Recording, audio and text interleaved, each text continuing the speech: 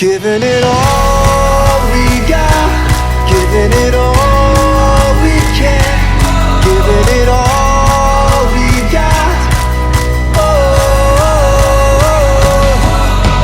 climbing up to the top of the world, no fear, we're gonna make it. Everything we want is ours. Whoa. Hey guys, how you doing? How you doing? Uncle Craig here with my life on the Thai farm. No, I'm not on the beach, but I am on my glorious pond view where I practiced a little bit of my drone flying so I could check out all the greenery, because the rice is right at the peak, man. Soon enough it will be harvest time as soon as they start flowering, and then it'll all be barren until the next harvest. But hey, let's check out the drone.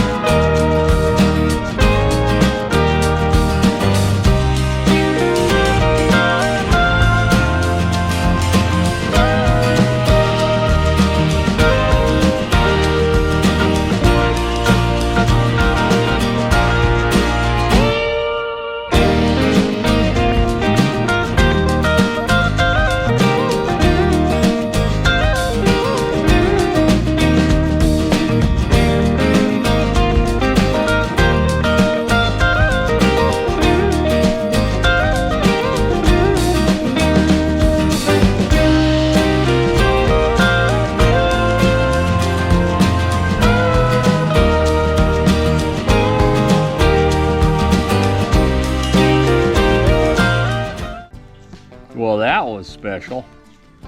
Yeah, man. Imagine if you could downsize.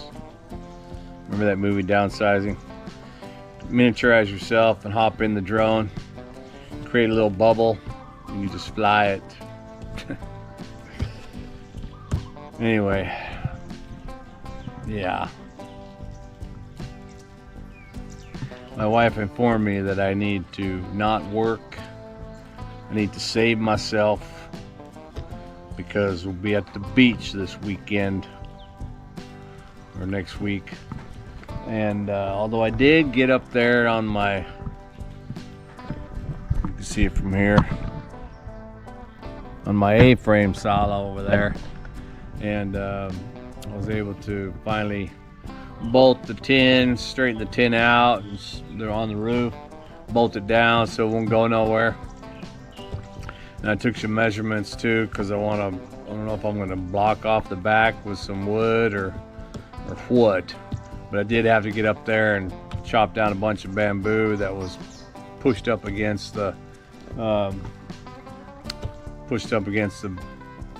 roof of the bamboo sala. And it was funny, I guess. But when I was back there working, the neighbor is this old guy that works the neighbor's land or whatever. He's really old and he's got that hunchback, you know, from toiling over the rice, you know, for 70 years probably or something. He's fairly old. But what he was doing, because the bamboo, the massive bamboo on my side is also a massive bamboo on the other side by his ponds. And this old guy barefooted climbs up the bamboo until his little body weight makes it go, and it bends over, and then he's able to climb or walk basically all the way out on the edge of the bamboo and then hack it right there. So he basically chops the bamboo down, and as he hacks it and it starts to, you know, break away, you know, normally it might spring him back, right? So what he does is he transfers over to the next piece of bamboo and bends it down and gets those last hacks of that other one. And so he was out there climbing bamboo. You're talking about 30 feet in the air probably, and make it bend over, then chop it. I was like, what? I do not like working with bamboo, actually. It's just too fibrous or something, man. Those things blow off. I mean, I use saws, so that probably shreds everything more, and it gets all in my clothes and starts to itch and stuff. But you know, I should probably do more with machete, but I used to do it with machete. And we just hack and hack and hack and hack, and then, you know, that night my whole shoulder, my elbow, my wrist, all my joints would be like whacked out because I'm old. Man, it used to be no problem, right? When you're younger, you can hack around, do everything, work all day. It's just now that I'm retired, basically, I start to realize, you know, just how old I am, and that my recovery in my joints and muscles and stuff, it's not the same, man. Like they say, you know, suddenly I'm not half the man I used to be. Well, there's a shadow hanging over me. Yesterday came suddenly. Yeah, and I'm not half the man I used to be. Because Father Time has aged me fairly rapidly in recent years. I can't just run off the top of the second story and jump onto the ground and keep running from the popo. I can't do that anymore, man. I can't even jump. I'm actually fearful now. When I'm up on the sala up there, dude, I have my ladder on top of that narrow walkway up there, and I actually tied the ladder to the metal A-frame at the top, just in case that I teetered, it wouldn't fall, you know, the ladder wouldn't fall over. So the only way for me to fall off of that would be to actually fall instead of, you know, the ladder falling. But then I thought, I'm up there, you know, it's probably 13 feet or something, and I'm like, dude, absolutely I could just jump off onto the ground and come boom, Spider-Man, you know. But now I know if I did that, I'd probably break my legs or something. My knee would blow out, something would crack, or, you know, splinter or something, because you just can't do that. Your bones aren't ready for that anymore. Or I should say your muscles aren't. Actually, my muscles are pretty tight, but you know, they're not gonna, even if your muscles are holding on to your bones good, if the bone is not to support, you know, it can't support the impact, it's gonna shatter. As I used to say to my students when they would try and tackle me, I can't forget that. I taught science and many subjects, but I taught PE, which was probably the most fun because I could get out and play sports. Even though, you know, most PE teachers actually do all the teaching part, they're not out there, you know, running drills with the kids, and they're just coaching, you know. And but I like to participate as much as I could, and you know, and you know, if that meant playing softball or playing football or soccer or whatever, you do that. And but the kids would mess around and they'd tackle me on more than one occasion. But as I got a little bit older and I was in my 50s or something like that, I remember, man, they kill me with that, and I'd have to tell them, dude, you guys gotta slow down, man. You know, I'm an older adult. You gotta slow down. Remember, you know, you guys tackle each other, you just bounce up and get up on the road there like rubber. You know, you tackle me, man, I hit the road and shatter like glass. So stop it. But yeah, I mean they just prank you most of the time, like, hey man, let's get Garrison, that kind of thing, because you know the kids like doing that. And that's all right, but I survived. Although I did believe they took me out for a couple of days, a couple of times. Yeah. I wonder how many other things I won't be able to do later. I know I'm 66 here in a couple of weeks, the 9th of August, and what won't I be able to do by the time I'm 76? I sure hell hope I can still walk. I'll probably not be able to remember more stuff.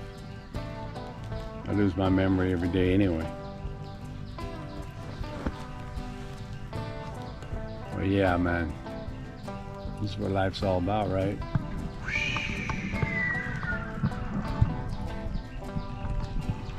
I took some pictures out here this morning, posted them to my Instagram.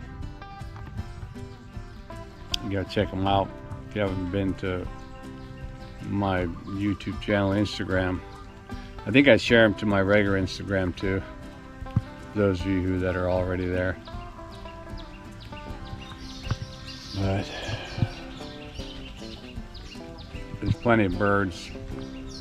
I sit out here a little bit to make sure that black cormorant or whatever does not scoop down and eat all the dang fresh fish out here. We don't want that. We don't want them eating the fish. Them's my fish for eating.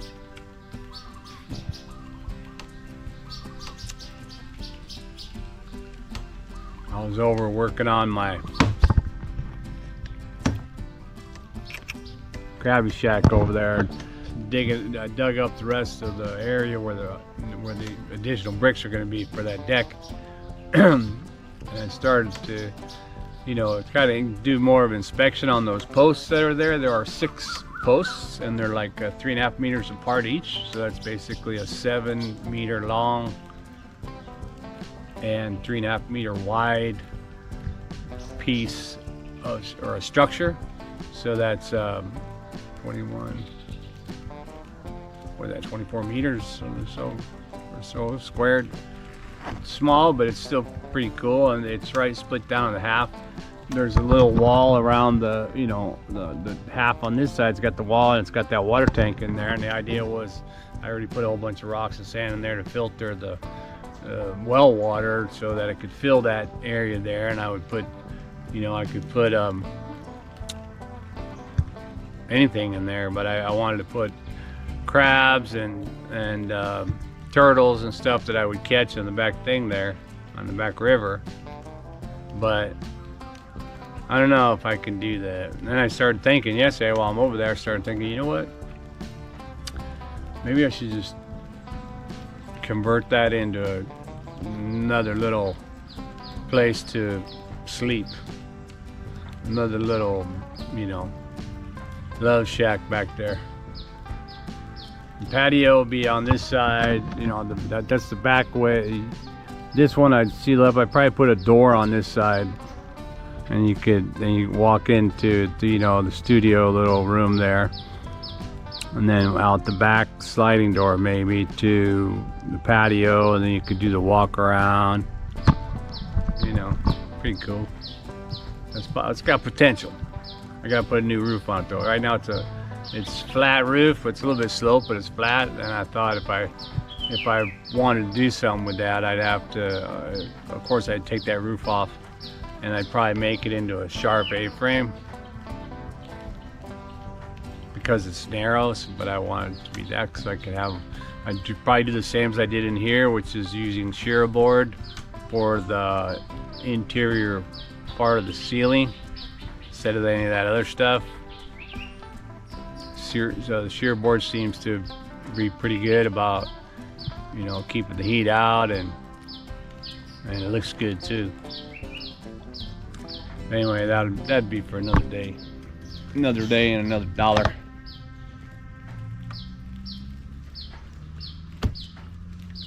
The sun's coming out. I flew the drone when it was still kind of cloudy, and so the rice wasn't that vibrant. Right now it is. You can see maybe over here through the trees. That's got that neon color. It's very cool, man. Very cool. There he is right there, that black one. He's flying that way. I have to, before we get out of here and go to the beach and stuff, I'm gonna put a bamboo ghost out there in the pond, you know, make a tee, put a t-shirt on it and an old hat or something on that end of the pond, because that's where the bird likes to come down there. And if he sees, you know, hopefully if he sees a scarecrow, it'll scare him and he won't come. We've been blowing off firecrackers. Fair enough, that keeps them away, but as soon as they feel like you're not here, they'll come in. And I'm serious, man. One bird like that. I saw a video. I was looking at a video of them, you know, swimming underwater and stuff. And that's scrawny little bird, man. That thing got like a big old fish. Just whoop, and you just grab it and boom, you know, eat the whole thing and looking for more. It's like, dude. And our fish are little, so you know, he could potentially just open his mouth and swim around. I don't know what they do. They have a slit where the water comes out. I don't know. But I do know I really don't want, you know, 5,000 fish to disappear. On the same token, you know, I don't want to sit out here every day watching.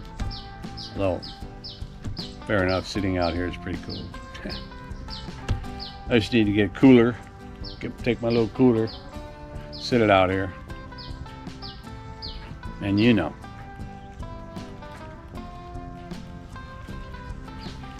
But yeah, what else did I do? Not a whole lot, man. I did take delivery of my timer breaker switch, which I'll be using for the aerator, which is back there, I think. And also, that's right, I also ordered these two other switches.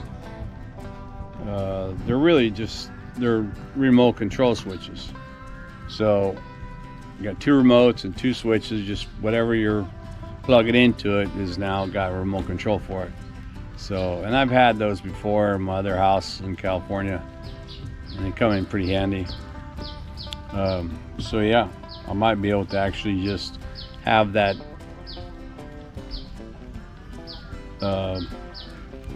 aerator out here in the pond. I can have a timer on it. We'll see how that works out. But if not, I can just simply put the remote control on it. And so if I want it on, I just come out here and beep, and it turns on, and beep, turns off. That might even be better.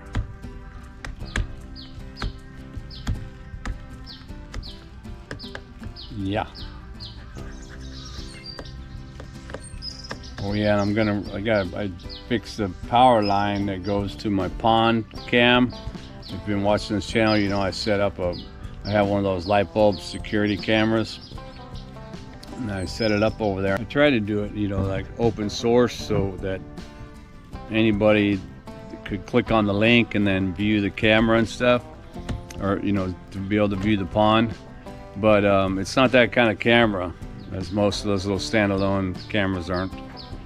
You have to actually download the app, you know, as if you own the camera, which is simple enough.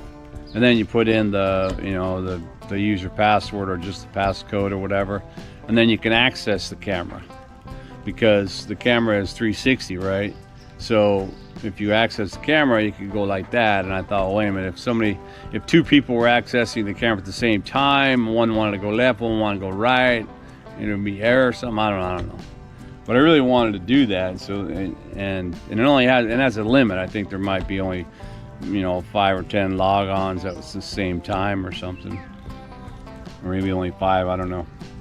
But I thought what I'd do is when I hooked the power back up to it, I was going to try and set it up and maybe put a link to it in my members area, because that way, you know, for the members, you know, if you have membership on your channel, you know, you always try and do some elements of kind of perks for them. Maybe it's to be able to, maybe you release the video to them before a day or two before you release it to everybody else or whatever, you know. Or like what I try and do is I try and put a couple of videos that will probably never be on the channel other than the membership side, you know, some of the behind the scenes stuff or bloopers or whatever, which I got to do more. But anyway, I thought, yeah, you know what, I put that security camera up there, and if somebody wants to download the app, and it's like a YCC app, basic app to go to access security cameras, and then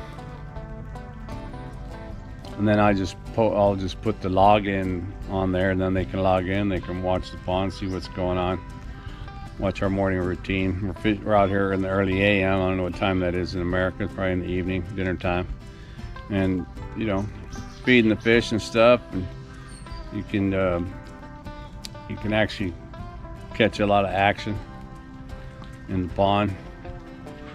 I probably if we go to the beach, I'm gonna probably log in so I can watch that bird eat all my fish. I just saw a huge shadow fly over. It's just those birds, those birds, they're like, you know, the size of a pterodactyl. They fly over, man. You see the shadow. The shadow is probably 15 feet across because the bird is probably 10 feet. Crazy. Anyway, just my thought processes. And I do got to keep my eye out for snakes that enter the water. I saw an eggshell over there on the other side by the bamboo. It was, I think it might have been a snake egg shell. Not shell, it was soft for one, but it was kind of elongated, a little bit more elongated than a normal like bird egg. I mean, it could have been a gecko, one of those big geckos, you know, but okay, but I don't know. I'm not sure if I saw one of those large lizard eggs before. I have to Google that one.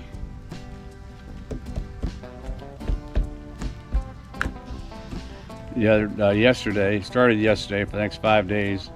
The Oho Burger guy, Oho Burger bus, is parking it over here at the local PTT gas station. Right, it's a service station. For those of you who don't know, here in Thailand, we have service stations that are similar to, I suppose, America, with respect that, you know, they have a couple restaurants in there and a 7-Eleven and then that. Anyway, this one has that, and they have a food court in there too, which is my favorite place to eat the, you know, the kanam mugalp, or the fried pork and crispy pork, and I think it's kale. That's what kana is. But anyway, so the truck parks horizontally out there, and this burger place is one of those places that have like just insane burgers, and you know, they have like some that are called American burgers, but of course it's American with an A and where the E should be, so it's American. And lots of you know, advertising, all that stuff's like, didn't anybody say spell check on you guys? Because I don't know what that is. But anyway, yeah, they have like an 8-patty burger, you know, and a bunch of triples, bunch of doubles, triples, quadruples. So we went there yesterday when it first got there and stuff, and you know, tried to support it and everything. We bought a triple cheese, and then we also bought actually a chicken burger. Can't beat chicken. Chicken burger was much like the one at KFC. Actually, it was pretty tasty. The triple was, it was a good burger, fresh, soft, good beef. Wasn't chewy at all or anything. It was pretty good, but it's kind of like I thought of it almost like a quarter pounder, like for McDonald's. If you know how those quarter pounders are, when you bite into them, it's kind of squishy. But and they're, of course, they're pricey. Most of the burgers were 8 or 10 bucks. But massive, dude. The one that's 8 patties, I think that's like 20 bucks or something. But anyway, pretty cool that they would come. I mean, there is a franchise, and so, but this guy's going out to the different gas stations with the Oho burger truck, which actually reminds me of A&W root beer. You know, it was only like last year, 23, 22 maybe.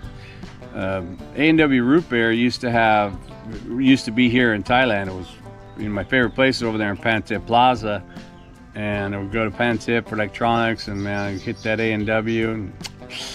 But they just after COVID, man, you know, the bottom fell out. Yeah, I think they had 20 locations in Thailand, and so they just all started fading out, and they officially, I believe, closed all of them at the same time on the same day. And then, yeah, then no more A&W root beer here, man, other than in the can. You can get it in the can. But the shops, all that cool stuff from A&W, no more. But while they were waning off, trying to regroup after COVID, one of the things they did do was come out to the gas stations. They said, well, let's break it down smaller. We'll do some satellites out there, get out into the little gas stations and see if we can, you know, generate revenue like that. Because, you know, because KFC and those guys are making bank out there at the gas stations. And that recovered maybe a little bit, but it just wasn't enough for A&W. And so no more A&W, no more glass. I think they gave away all the glasses and stuff in a big promo. But yeah, man, bummer. No more A&W. Not that it was my favorite, but I would definitely nostalgic. I would go when I would visit Bangkok or something. I'd hit that place up. It's like Sizzler. You know, we don't have Sizzler here, but they do. It's about an hour and a half, 2 hours from here in Pisa de Loc. There's a Sizzler, and I'm sure there's one in Chiang Mai probably, and a couple in Bangkok or something. When I was younger, when I first started working, I'd have my own money and stuff. I was like, Sizzler. I'd go get the steak and hibachi chicken. And then if I really had money, I'd throw on the salad bar, you know, the unlimited salad bar.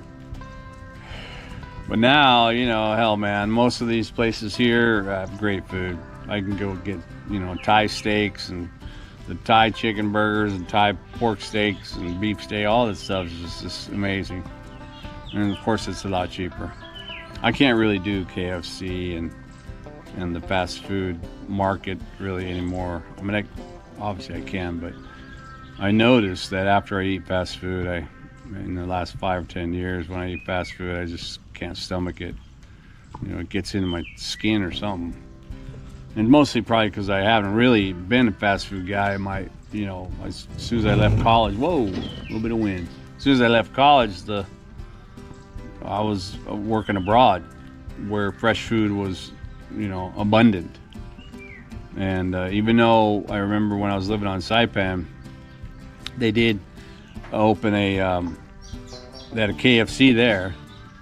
And then one year it was a small KFC, but one year they split it and made it KFC Taco Bell. So you actually had guys making burritos and KFC in the same little unit, like a 50-50. And that was like big event. And the sun's out, so my camera keeps overheating. But yeah, I mean, you imagine you're out there in the middle of nowhere on an island, and then you have a Taco Bell. Come on, man. And I've told that story before, I believe, where I went in to KFC, I think, or no, I went in to Taco Bell to check. It's like, hey, when are you guys gonna be open, you know? And they were in there training. It was like training day for Taco Bell, and they're back there making burritos and stuff. And then I saw him. I goes, what are you guys doing? What's, you know? And they're going, oh, we're just making. I go, what do you do with it? You gonna like throw it away or something? Like, yeah, we make them, throw them away, or whatever. I was like, no, bro. So they're like, yeah, you know, they all the kids knew me anyway. Probably former students or current students. I can't remember which one it was, but they had just made like a big old burrito supreme, dude. And the guy goes, all right, here you go, Mr. Garrison. Boom, and I was technically the first customer, because I got a free burrito supreme on training day. And that was badass. And a week or something later, or a few days later, they opened up, had grand opening, you know, and it was killer, man. And I think to this day it's still there and it's still in operation. That was killer.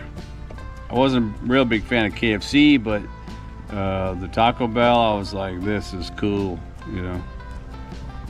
But yeah, but even there, you know, the local food that you would eat from the markets or local restaurants, the way they make all the local food, you know, the steak and barbecue and all that other stuff, just amazing.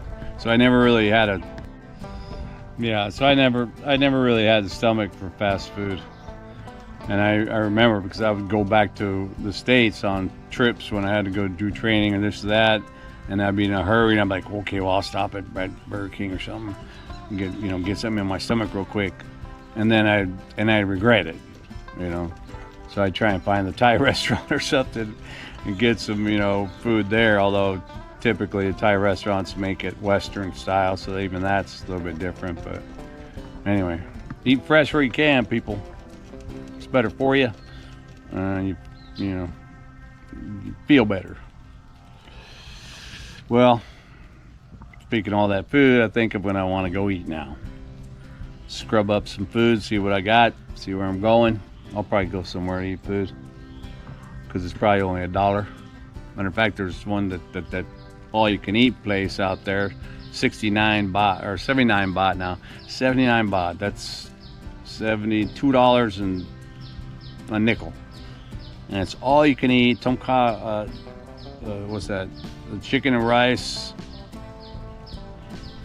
Cow. I always forget the names. Khao man gai. Khao man gai, you know, the nice boiled chicken over the rice and vegetables and cucumbers and stuff like that. That's just one dish. They have kway teow, the soup, another dish. They have pier401, you know, with the nice noodles. That's another dish. And a whole bunch of other ones. Everything, you know, all the great Thai food. You can eat as much as you want for $2.10. My God. That's one of the best deals. It's fairly new, opened this year, I believe.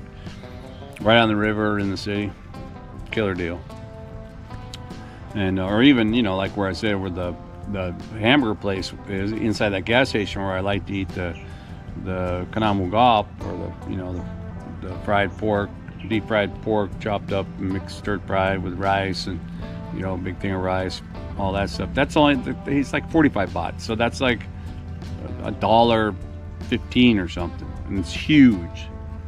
And the guy likes cooking for me too. He always sees me, he's like, dude, he piles it on. With my wife too, she'll get pad thai or something, he just pile it on. Cool dude, man. And he makes it the best. I've had it everywhere, and this, I don't know what's going on over here, but this guy knows his shit. All right, man. Well, like I said, I hope you enjoyed the drone, and I'm gonna go eat. And if I don't see you, well, I'll see you when I see you. And thanks for watching. And keep watching. And I'll get back at you from here on the Thai Pond.